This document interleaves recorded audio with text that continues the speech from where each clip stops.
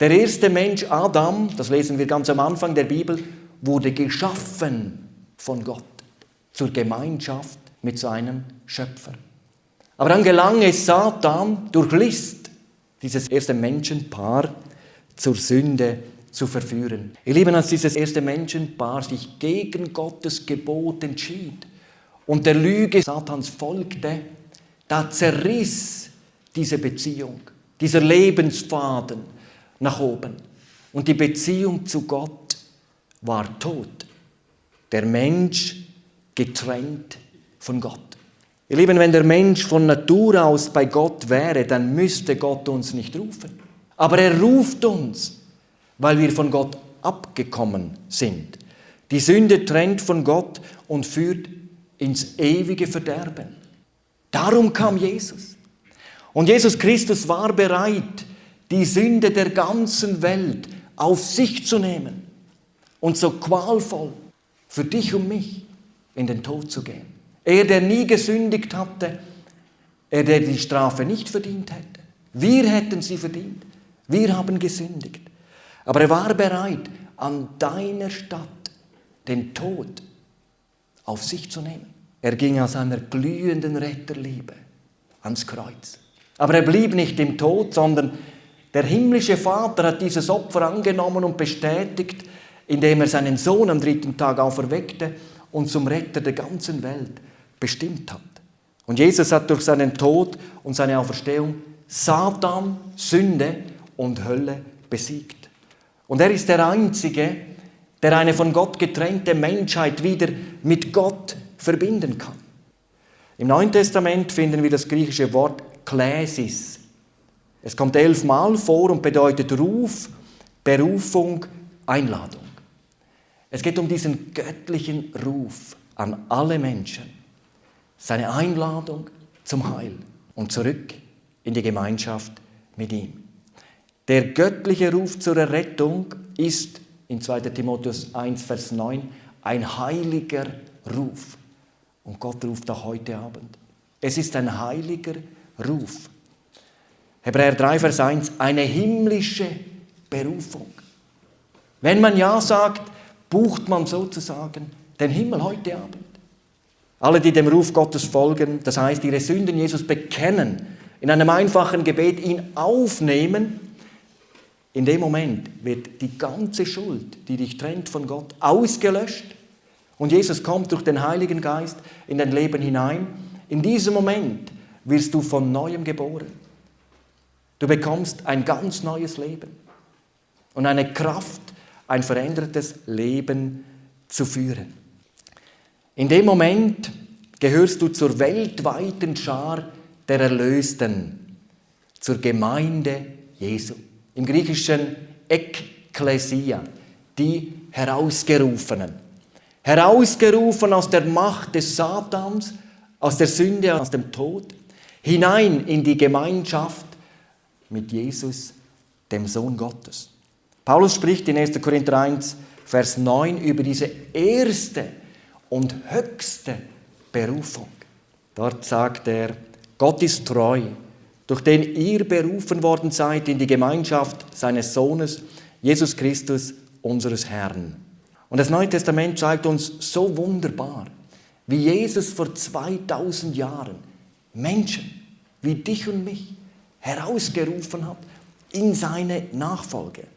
In Markus 3, Vers 13 und 14 können wir das so wunderbar nachlesen. Hier steht, Jesus ging auf einen Berg und rief zu sich, welche er wollte, und die gingen hin zu ihm. Und er bestimmte 12, dass sie bei ihm sein sollten. Das ist die absolute, größte und erste Berufung. In die Gemeinschaft mit ihm. Bei Jesus zu sein. Zu seinen Füßen. Und als Gläubige, dass wir jeden Tag Gemeinschaft mit Jesus pflegen, indem wir sein Wort lesen, zu ihm beten, ihm alles bringen können, dass wir bei ihm sein sollten.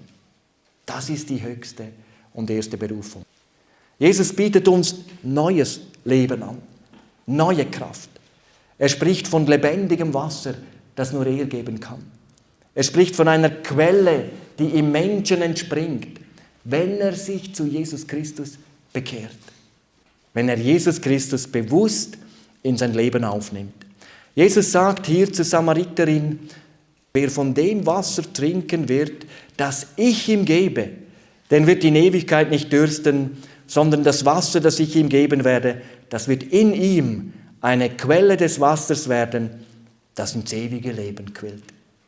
Auch ich kann nicht beschreiben mit Worten, als an diesem Juniabend 2004 Jesus in mein Leben kam.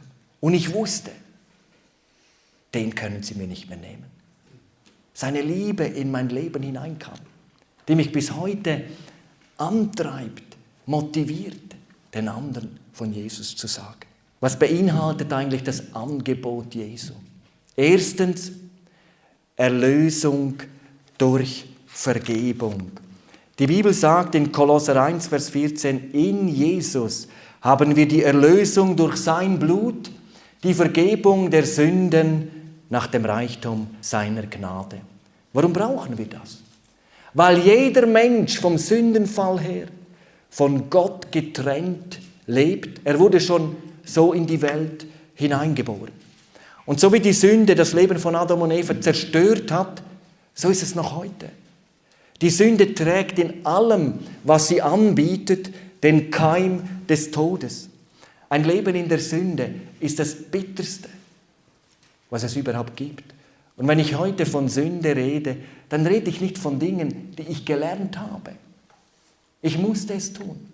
Die Sünde sitzt in unserem Herzen und sie ist wie Treibsand. In Römer 6, Vers 3 sagt der Apostel Paulus, der Lohn der Sünde ist der Tod. Und wer in dieser Trennung ohne Vergebung seiner Sünden stirbt, erleidet den ewigen Tod. Darum brauchen wir zuallererst und so dringendst Vergebung unserer Sünden. Du brauchst Erlösung. Und genau das bietet dir Jesus an.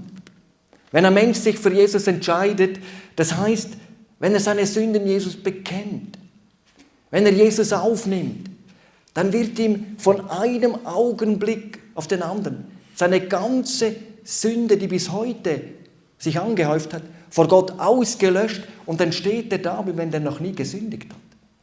Und wenn er Jesus Christus bewusst aufnimmt, dann kommt Jesus Christus in dein Leben hinein. In dem Moment wirst du ein Kind Gottes, ein Erbe Gottes, ein Miterbe Jesu Christi. Ab diesem Moment bist du errettet. Wenn es um die Person Jesus geht, dann gibt es auch für uns nur zwei Möglichkeiten. Und an ihm entscheidet sich unsere Zukunft. Himmel oder Hölle. Und da muss man sagen, Jesus, wenn du Gott bist, wenn du diese einzige Türe bist, der eine Weg, die einzige Wahrheit, das wahre Leben, wenn du das alles bist, dann will ich dir nachfolgen. Und Jesus sagt, ich bin es. Und mit diesem Ich bin es begegnete er der Samariterin am Jakobsbrunnen. Und mit diesem Ich bin es begegnet er uns Menschen des 21. Jahrhunderts. Er kam vor 2000 Jahren als Retter und vollbrachte eine Erlösung, die für alle Menschen ausreicht. Und ich will dir heute sagen, Jesus starb dort am Kreuz für dich und für mich. Er hing dort stellvertretend für dich. Er hat das alles für dich getan. So sehr hat Gott dich geliebt, dass er seinen Sohn gab, damit auch du gerettet werden kannst, ewiges Leben durch den Glauben an ihn, durch eine bewusste Entscheidung für Jesus, ewiges Leben empfängst. Damit hat unser Leben hier eine ganz große und unwiederbringliche Chance. Hier auf Erden fallen die Würfel. Gott selber lässt aber jeden Menschen wählen und er respektiert auch die Wahl. Die Entscheidung liegt bei jedem selber. Gott hat sich schon lange für uns entschieden. Er hat Ja gesagt zu uns, trotz Sünde, trotz Rebellion, trotz Gleichgültigkeit. Als Jesus Christus auf Golgatha starb, da hat er ausgerufen, es ist vollbracht. Johannes 19, Vers 30. Und da haben sich die Tore des Himmels geöffnet. Und jeder Mensch darf kommen. Gottes größter Wunsch ist, dass alle Menschen gerettet werden.